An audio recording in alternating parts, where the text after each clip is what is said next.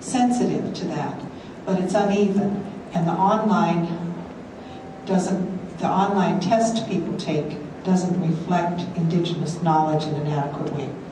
Now that's one half of the question. The other half is, I had hoped one thing that would come out of this conference was that people would go to the University of Montana website and look under the policies on the president's page.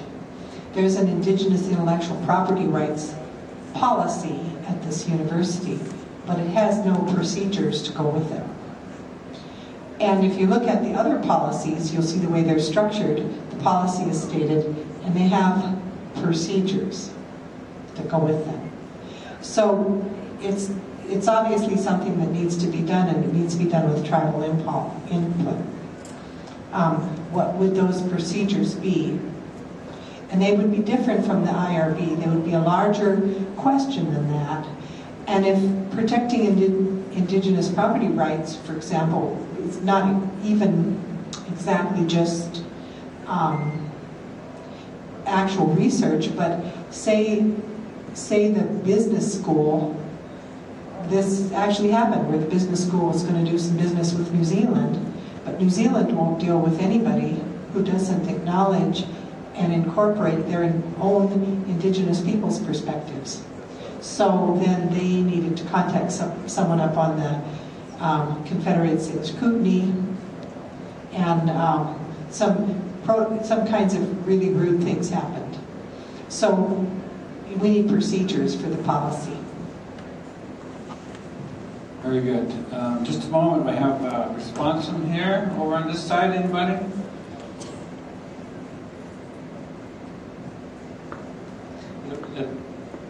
The research side, I really appreciate what you offered in terms of what we need to know about that piece. And I think the research side is probably better suited to handle some of these issues.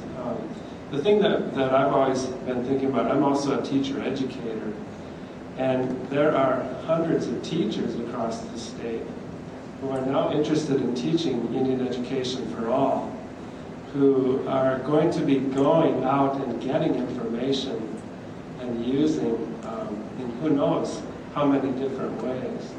And so I guess one of the things I was kind of hoping for when we were talking about this conference in the planning stages was, can we bring the curriculum builders into this discussion as well, so that they can see how important it is that curriculum builders follow the same kinds of ethical procedures as researchers do. And I don't know how that's going to happen, but it would sure be nice to see something like that come out. Joyce, you're smiling. So.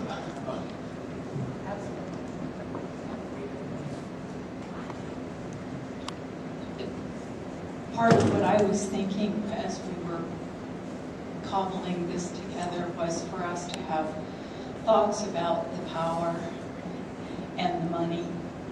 And, oh, I'm not speaking into the microphone. So I'm paying attention to the issues of power and money and how that is appropriately shared with tribal communities. And I've looked to my own tribe to be the powerful nation that it is, that we have important information and we want to share that, but we also want to come to the table and make decisions about what that's going to look like. So I think power and money, we have to always be thinking about that.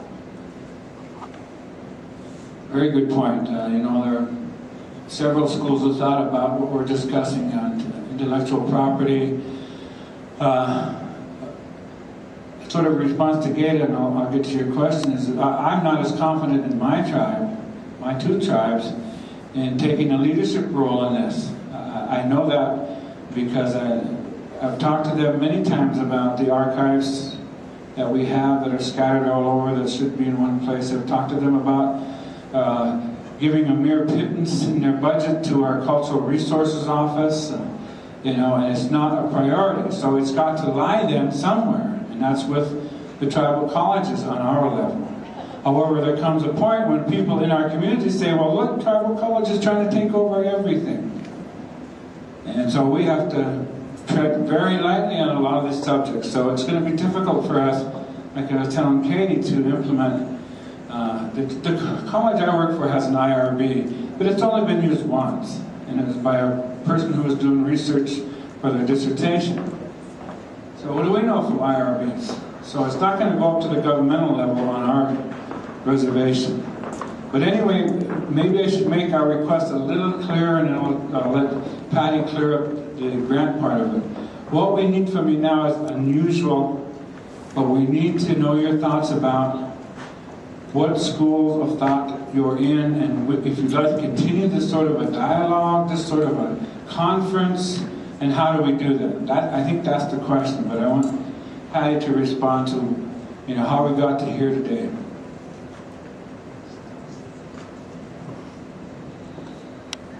Well, this particular conference was and has been supported by one-time money, so it's a sort of endowment grant that Daryl talked about yesterday. That was totally a donation from a private donor to the School of Education. I'm hoping, and I did ask Mike Jetty to try to be a part of this afternoon's discussion for the reason that we haven't heard a lot about how the dialogue we've had here actually impacts Indian Ed for All and the way it's being carried forward in the state of Montana. That's a critical piece of the discussion.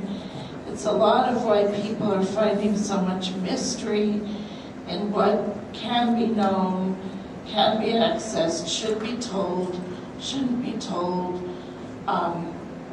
who should be telling, what's the right season to provide the information. There are just thousands of questions out there that are, if not impeding Indian Ed for All progress, at least slowing it down and making people worried about how Indian Ed for All can be carried forward. That's the first step. The second was, following that donation, most of what else has supplied the support for this conference is single donations from individual entities. So I've heard a number of times that the thinking is that there should be an annual conference. And I'm feeling, to dovetail the prior question, that this is a forum where IRB members can be brought to. To me, the preferable voice at the IRB level, rather than making reactive policy, which always seems to be our answer. If we run into a problem too many times, we develop a reactive policy that we think confines people to operate in a specific way and compels them to be culturally competent or whatever it may be. But that's not going to happen by developing or changing policy. It's going to happen by how individuals react, how individuals like Kate and the kind of support she gets on the IRB from her fellow IRB colleagues in responding to specific research proposals.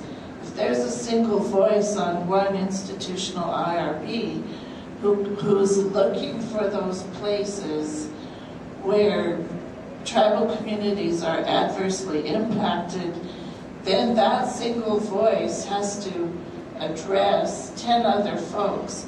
It's preferable to have those 10 other people be somewhere on a continuum of support. And if we can bring them to forums like this, we can bring people along as well. And just to play the devil's advocate a little bit, in follow-up on Santa Gloria, I feel a little uncomfortable